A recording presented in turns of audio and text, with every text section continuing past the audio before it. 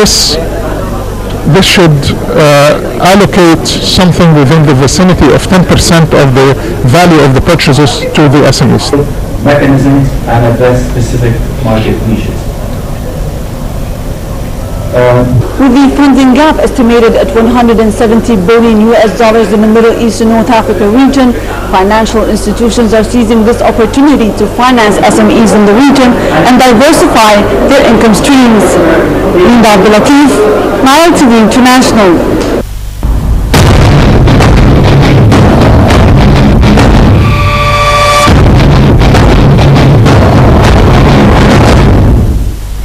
The head of the Suez Canal, General Manish, said that a water leak caused a sedimentation basin to collapse in the site of the new Suez Canal project.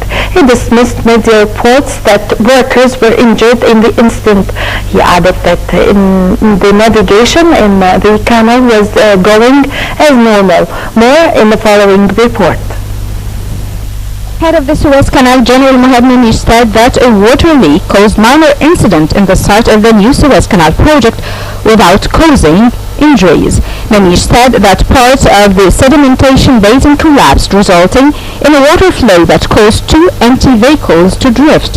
He said that the leak was quickly stopped and was being repaired while navigation in the original canal was ongoing as normal. Manish dismissed reports that a number of workers were injured in the incident. Manish added that President Abdel Fattah el-Sisi had called him from the United Arab Emirates to check on the safety of the workers and the canal.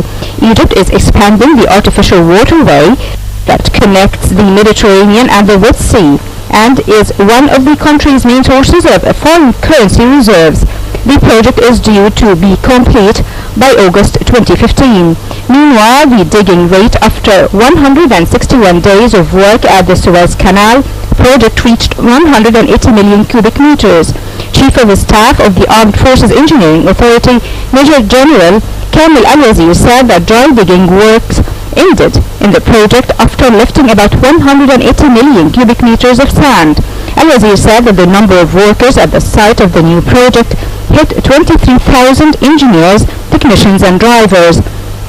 Last Wednesday, British Minister for the Middle East and North Africa sailed in the new canal, accompanied by a number of British businessmen, becoming the first foreign delegation to do so. The government estimates the new project will double the canal's revenues by 2023. The canal generated some $5.2 billion in revenues during the 2012-2013 fiscal year.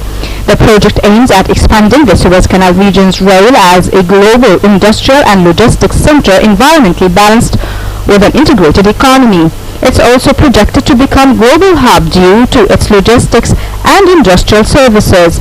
The project was funded through granting investment certificates to Egyptians with 12% returns, and in 8 days, more than 60 billion Egyptian pounds were collected.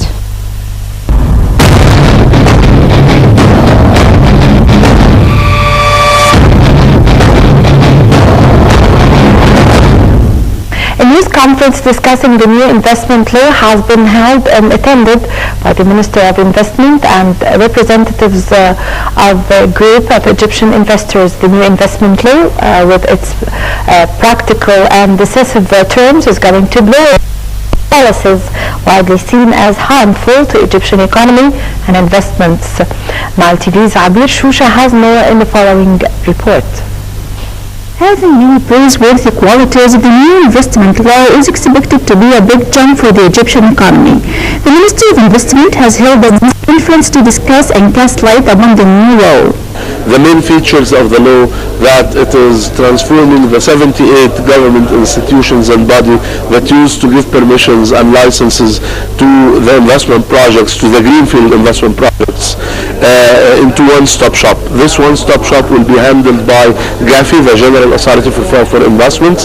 This is the main feature. The second feature is enhancing the investment promotion activities of the country through spinning off the investment promotion activities into IPA, Investment Promotion Agency, to handle promotion all over the country and all over the world.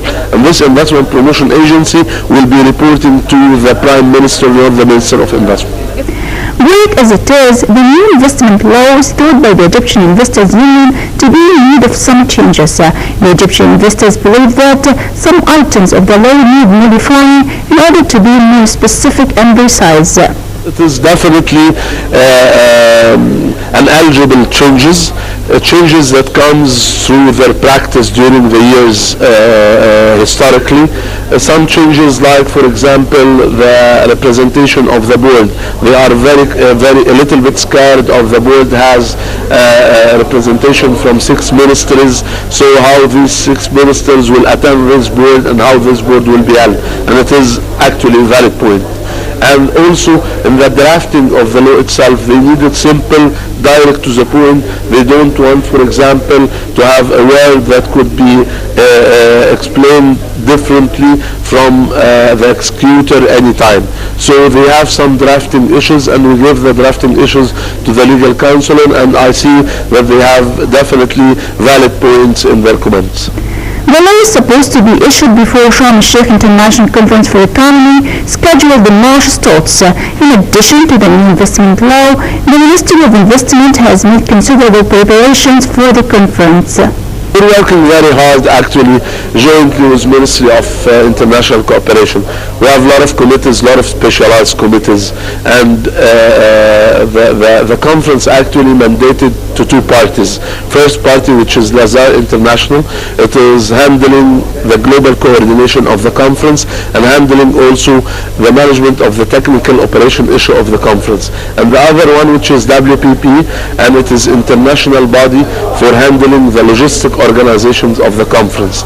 And under the umbrella of Lazar, we have added also 20 consultants and investment banks in order to prepare and package the projects and present it to the investors in the conference.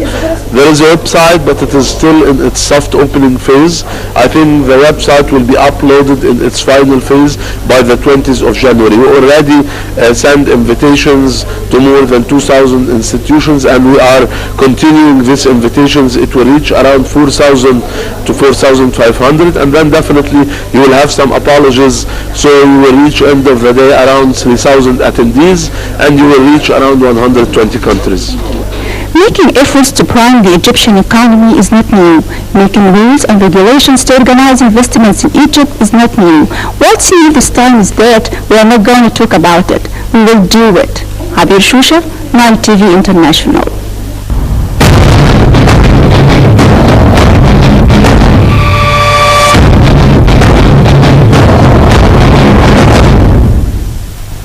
While Prime Minister Sameh Shukri made a 3-day visit to Nairobi, Kenya, the focus of the trip was to further consolidate bilateral ties that started before Kenya gained its independence in the year 1963. At that time, Egypt supported the Kenyan people in their struggle for liberation from the British colonization. Nile TV's Mona Sweden was in Nairobi, where she spoke to Prime Minister Sameh Shukri. Thank you so much for joining Nile TV International. I'm very happy to be with you. Historical ties between Kenya and Egypt date back to the time of the Kenyan Mau Mau movement and independence leader Jomo Kenyatta, who later became the first president of Kenya, and he's the father of the current president, Uhuru Kenyatta. Mr. Foreign Minister, what are the details of your meeting with President Uhuru Kenyatta today?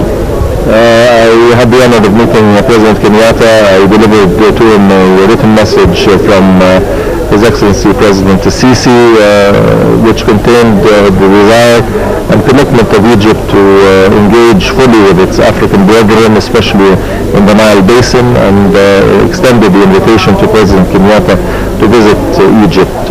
President Kenyatta received the message with gratitude, indicated his desire to fulfill a visit to Egypt in the foreseeable future, and also is looking forward to meeting President Sisi on the margins of the African Union meeting at the end of the month.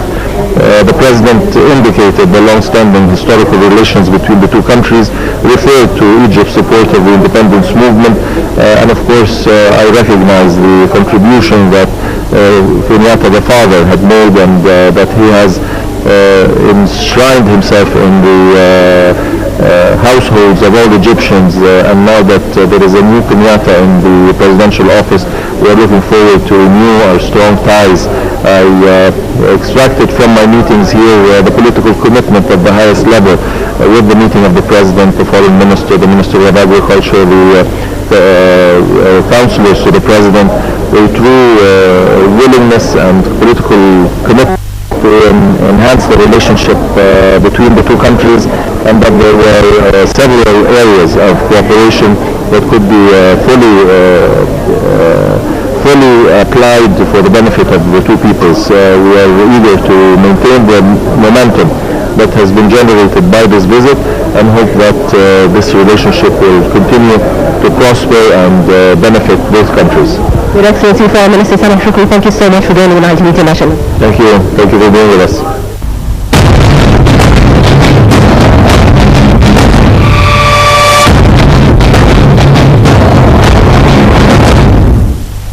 Well, with this, my dear viewers, we come to the end of this episode of Inside Egypt, during which we've brought you the latest political and economic and also cultural events that are taking place in Egypt.